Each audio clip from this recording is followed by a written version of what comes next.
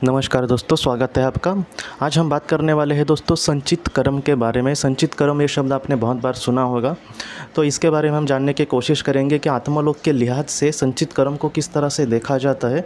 संचित कर्म इस ऐसे कर्म को बोला जाता है कि समझो किसी एक इंसान ने कर्म किया है तो वो उसका तुरंत फल उसको नहीं मिलता, या फिर हो सकता है कि एक दो जन्म में भी उसका फल उसको ना मिले, लेकिन फिर भी उसके कर्म के खाते में वो उसी तरह से लिखा हुआ है। और एक दिन वो संचित कर्म जो उसका होगा वो उस वक्त अचानक प्रकट हो सकता है। मतलब क्या कि एक ऐसा कर्म जो हमें कभी कभी हमारे सामने सवाल खड़े कर सकता है कि हमारे सामने ऐसी सिचुएशन क्यों आई। तो इस वजह से बहुत लोगों को ऐसे भी लगता है कि वो संचित कर्म अचानक कोई इंसान प्रगति को जा रहा है और फिर भी उसके सामने ऐसा कभी कभी रोड़ा भी खड़ा कर सकता है। या फिर ऐसे संचित कर्म भी देखे जा सकते हैं कि एक बुरा इंसान है, वो कुछ बुरा करने के लिए जा रहा है, उसका काम नहीं होने वाला था, लेकिन कहीं से उसका क्या पुण्य हुआ तो क्या पता, लेकिन वो अचानक उसका काम हो गया और उसका जो भी वो बुरा करने के लिए आया वहाँ पर वो उसका हो गया। मतलब संचित कर्म कभी कभी कुछ बुरा भी कर सकता है और कभी कभी कुछ अच्छा भी कर सकता है।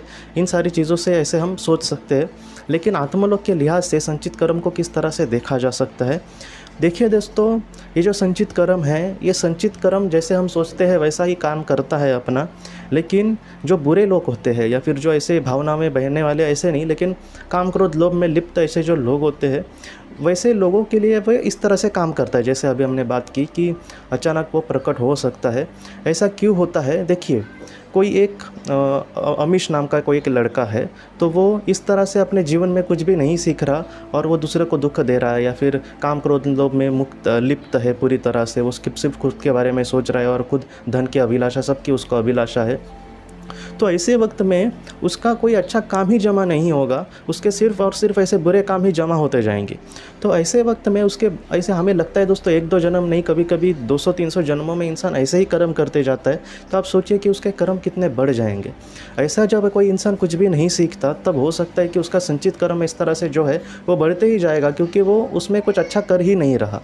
कोई एक इंसान उसके अकाउंट में समझो पैसे है, तो वो सिर्फ खर्च ही करते जा रहे हैं, तो उसकी जैसी हालत होगी वैसे ही इनकी हालत होती है। इनको कुछ भी नहीं पता होता कि आगे किस तरह से होना है। बहुत सारी आत्माएं भी ऐसी होती है कि जो बुरा करते वक्त तो करती है, लेकिन जब बुरा जन्म लेने की उनकी नौबत आती है तब उसके लिए तैयार नहीं होते। वो बहुत ही ज़्यादा सोच विचार करते बैठते हैं, 100-200-500 साल भी वो सोचते बैठते हैं, क्योंकि उनको बुरा जन्म नहीं लेना होता है। तो इस वजह से हाँ, ये हो सकता है कि ऐसा कुछ हो। लेकिन महत्वपूर्ण ये है दोस्तों कि एक नॉर्मल इंसान के किस तरह से उसके साथ ये सारी चीज़ें होगी। इसलिए मैं हमेशा आपसे कहता हूँ दोस्तों कि हमें नहीं पता कि हम क्या करके अब तक आए हैं, लेकिन ये जो क्षण है, ये जो पल है, उसमें हम कुछ अच्छा करने की कोशिश करें, या फिर हमने जितनी भी बातें अब तक सीखी है उसमें हम आगे बढ़े। हमें नहीं पता कि हमारे साथ क्या होगा, लेकिन मैं अगर अच्छे कर्म करूँगा तो कम से कम मेरे बुरे कर्म नहीं जमने वाले। ये जो बात है वो इसलिए महत्वपूर्ण है क्योंकि इससे क्या होगा, जैसे अभी इस अमीश की हम बात कर रहे हैं, उसका कुछ भी अच्छा कर्म नहीं जमा हो रहा। ऐसा अगर हम बढ़ते हैं इस तरह से आगे कि मैं किसी का कुछ बुरा नहीं करूँगा, जितना हो सके अच्छा कर्म करूँगा, ऐसे वक्त में हमारे हाथों से पाप ही नहीं होगा। तो इस वजह से जो भी हमारे कर्म हैं बुरे, तो वो जल्दी से जल्दी आएंगे हमारे सामने। इस वजह से जो अच्छी राह पर चलने वाले इंसान होते हैं उनके सामने बहुत बार देखा गया है कि ज़्यादा मुश्किलें आती है। ऐसा क्यों होता है?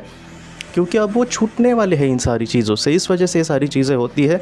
उनकी आत्मा जो भी उनका बुरा है, जैसे कोई ऑपरेशन है, तो ऑपरेशन में हम जितना हो सके हमारे अंदर में जो बुराई है, या फिर समझो कोई गांठ है, या फिर कोई हर्निया का ऑपरेशन वगैरह होता है, उसमें जो जो भाग हमारे शरीर को जो पीड़ा दे रहा है या फिर जो अनावश्यक चीज़ है वो हमारे शरीर से निकाली जाती है। वैसे ही ये ऑपरेशन करने जैसी बात हुई कि अगर कोई इंसान बहुत ही अच्छे अभी कर्मों से, अभी समझो अमीश सुधर गया है और उसने सोचा है कि मैं सुधर जाऊंगा, ऐसे वक्त में अमीश की आत्मा ये तय करेगी कि जल्दी से जल्दी उसने जो बुरे कर्म किए हैं वो उसके सामने आ जाए, वो उन सारी चीज़ों से वो मुक्त हो जाए, अलिप्त हो जाए। क्यों?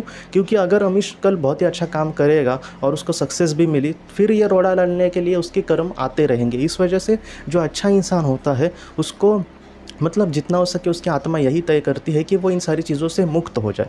तो बाद में एक पल ऐसा भी आ सकता है दोस्तों कि उसके जो सारे पाप है उससे वो परे चला जाए, मतलब सारे पापों को भोग कर वो उसके ख़त्म हो जाए। तब उसकी मतलब आत्मा की जो गति होगी वो बहुत ही अच्छी होगी, और तब अगर वो बहुत ही अच्छे से और निस्वार्थ तरीके से कर्म करेंगे तो ऐसे वक्त में मैं आपको सच कहता हूँ दोस्तों, बहुत लोगों को जीवन बहुत ये लगता है, मुझे भी पता है कि जीवन बहुत मुश्किल है जीना, लेकिन इस तरह से अगर हम अपने मन की धारणा कर ले या फिर स्थितप्रज्ञता से आगे बढ़ने की कोशिश करें तो ऐसे इंसान को दोस्तों तकरीबन 4-5 जन्मों में भी मोक्ष मिल सकता है, क्योंकि ऐसी जो आत्माएं होती है वो कभी भी किसी से कुछ भी नहीं चाहती। आप एक बार रामकृष्ण परमहंस जी या फिर स्वामी विवेकानंद जी को देखिए, उनके जीवन में उन्होंने कुछ भी नहीं चाहा, बहुत ही अच्छे से कर्म करते गए, उनके साथ बहुत बुरा हुआ, कभी कभी दुनिया ने भी उनके साथ बहुत ही बुरा करने की कोशिश की, लेकिन कभी भी कोई मुझसे बहुत ही अच्छी बात करेगा इतनी सी बात भी उन्होंने नहीं चाही दोस्तों। तो ये जो बड़े लोग हैं, मुझे लगता है कि ये सूर्य की तरह है जो हमें प्रकाशित कर देने के लिए आए हैं, बस उनके प्रकाश को देखना पड़ेगा।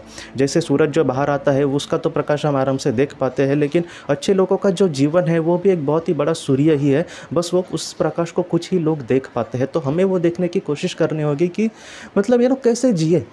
ऐसा नहीं है कि उन्होंने जो अपने जीवन में किताबें कही है वही विचार वो हमसे कहना चाहते हैं, हम उनके जीवन से भी बहुत सारी चीज़ें सीख सकते हैं। और वो जो सीखने वाली चीज़ है वो ये है कि हम अपने जीवन में किस तरह से आगे बढ़े। अगर हम बहुत ही अच्छा कर्म करके आगे बढ़ने की कोशिश करेंगे तो हमारा जो पुण्य का काम है वो बहुत ही अच्छे से बढ़ेगा, और हमारा जो पाप है वो धीरे धीरे कम होता जाएगा। मैंने स्थितप्रज्ञता की अभी बात की, स्थितप्रज्ञता का मतलब फ़ायदा जो होने वाला वो ये है कि अगर कोई इंसान स्थितप्रज्ञता से कर्म करेगा तो ऐसे वक्त में क्या होगा कि उसके सामने कितने भी उसके पापों के मतलब फल आए, वो मतलब उसे कुछ भी नहीं लगेगा दुख भोगने के लिए। इस वजह से ये जो शक्ति है, मैंने पहले भी कहा था कि हम बारिश में गए हैं तो स्थितप्रज्ञता जो है वो रेनकोट जैसा काम करेगी, मतलब हम भीगेंगे लेकिन हमें इतना महसूस नहीं होगा। तो इस तरह से हमें कर्म करने की कोशिश करनी होगी। हाँ, संचित कर्म कहीं ना कहीं मतलब बाकी है, मतलब जब हम उसका भोग भोगेंगे। संचित कर्म हमेशा बुरा ही होगा ऐसा नहीं है, कोई अच्छा भी कर्म होता है, लेकिन जितना हो सके एक अच्छे इंसान की गति को अगर वो आगे चलता जाए तो उसका जो अच्छा कर्म है उसको मदद करने की बहुत कोशिश कर सकते हैं। पहले तो महत्वपूर्ण है कि हम किसी का बुरा ना करें, दूसरा महत्वपूर्ण है कि हम निस्वार्थ रीति से दुनिया में अच्छा कुछ करने की कोशिश करें। तो ये बस 2 बातें हमने याद रखी ना, तो हमें कुछ भी पढ़ने की ज़रूरत नहीं है। जितना हो सके हम बस अच्छा कर्म करने की कोशिश करें, हमारी जो गति है या फिर हमारी जो विकास है वो बहुत ही अच्छे से ऐसे वक्त में हो सकता है दोस्तों। आज के इस भाग को लेकर अगर आपके कोई भी सवाल हो तो आप ज़रूर पूछें, जितना हो सके मैं उसका आपको जवाब देने की कोशिश करूँगा। हम अपने अगले वीडियो में मिलते हैं। आप अपने परिवार का ख्याल रखना। आपका बहुत बहुत धन्यवाद। ज़िंदगी की रोशनी ये संस्था ऐसे लोगों के लिए काम करती है जिन्होंने किसी अपने को खोया है या फिर जो लोग अपनी ज़िंदगी में बहुत ही ज़्यादा दुखी है। जो लोग इस संस्था से जुड़ते हैं उनको तकरीबन 50 किताबें भेजी जाएगी उनके व्हाट्सएप पर या फिर ईमेल पर। ये किताबें आत्मलोक या फिर मौत के बाद हमारे साथ क्या होता है, इन सारी चीज़ों की आपको पूरी तरह से जानकारी देगी। और इसके साथ साथ आपको एक पास्ट लाइफ रिग्रेशन थेरेपी की ऑडियो भी भेजी जाएगी। इस ऑडियो की मदद से आप घर बैठे अपनी पास्ट लाइफ रिग्रेशन करने की कोशिश कर सकते हो। बहुत लोग पास्ट लाइफ रिग्रेशन थेरेपिस्ट के पास किसी कारण के वश नहीं जा सकते, तो ऐसे लोगों के लिए मदद के लिए ये ऑडियो तैयार की गई है। तो आप ज़रूर इस संस्था से जुड़े। इस संस्था से जुड़ने के लिए सामने जो व्हाट्सएप का नंबर दिया है आप कृपया उस पर संपर्क करें। आपका बहुत बहुत शुक्रिया।